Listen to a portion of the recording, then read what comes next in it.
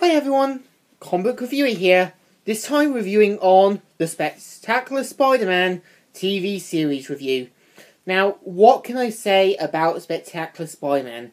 This is definitely one of the best and great Spider-Man cartoons done. Next to Spider-Man the Animated Series, this one has a lot of feel.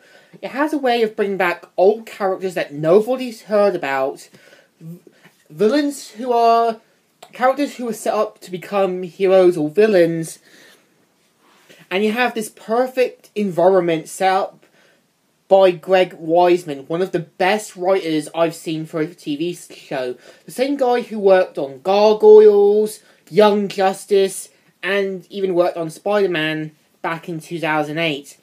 Now, the premise of the show is about Peter Parker struggling his everyday life as a teenager, going to school, helping Aunt May out, and mainly dealing with life problems.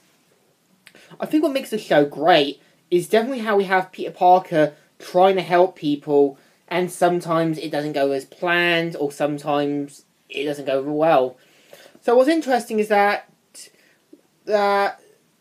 Spider-Man or Peter Parker has to deal with the villain of the day, who is usually a victim of Oscorp, or maybe a victim of someone else's actions, and at the same time has to deal with the threat of the day. There's a lot of characters that we see get set up perfectly. For example, Norman Osborn, who we all know is meant to be the Green Goblin, and that's set up well. Eddie Brock becomes Venom in near the season 1 final. And even have Doc Ock set up perfectly well. And that takes a lot of development to be done. And that has actually great writing from Greg Weisman.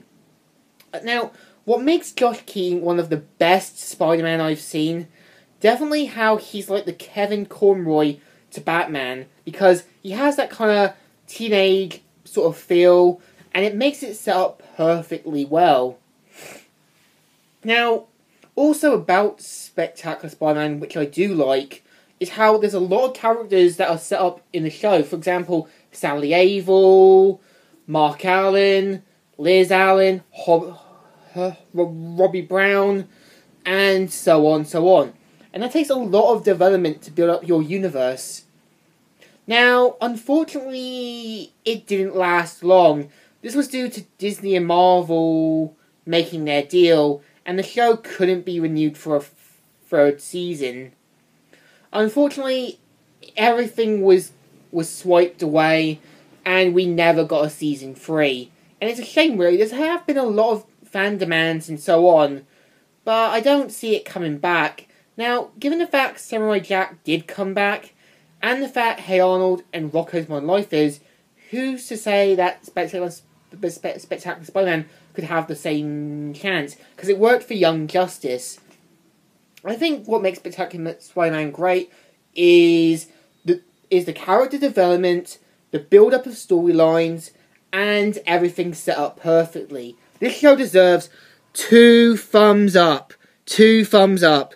So that is what I think of the show. So, Comic Reviewer here, signing out.